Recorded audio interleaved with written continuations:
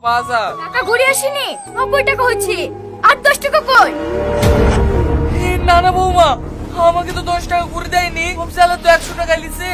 আর মিথ্যে কথা বলা। 10 টাকার কি খেয়েছে তাই বলো। বিশ্বাস করো বৌমা, আমি কিচ্ছু খাইনি। বিক্রি টাকা ফেল, নাহলে আজ থেকে তোদের খাওয়া দাওয়া বন্ধ। আমি তোমার শাশুড়ি মাথায় হাত দিয়ে বলছি, আমি 1 টাকা চুরি করিনি। ও দেখো তোমার আব্বা ওদের কোথা থেকে তোমার ভাবে টাকা চুরি করেছে। আব্বা, তোমার খাওয়ার পর কোনো অসুবিধা হয় তা টাকা চুরি করো কেন? বলে বলছো টাকা দিয়ে দাও, নাহলে ঘাট ধাক্কা দিয়ে বাড়ি থেকে বের করে দেবো। যদি ও টাকা না দেয় না, ওর খাওয়া দাওয়া সব বন্ধ। ব্যাপার কান্না করছেন কেন? আমাকে 10 টাকা দাও না, না হলে আমরা স্বামী স্ত্রী অনাহারে থাকবো।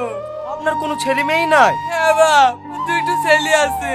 না দুটো ছেলে আছে, নাকি খেতে দেয় না? বলেন আমার সাথে, তোমাদের এই জঞ্জাল কিনতে এসেছি। আব্বাকে তুমি বিক্রি করবা? এই লাও তোমাদের 2 লাখ টাকা, আর ডেমিটে সই করে দাও। বাপ মায়ের উপরে কোনো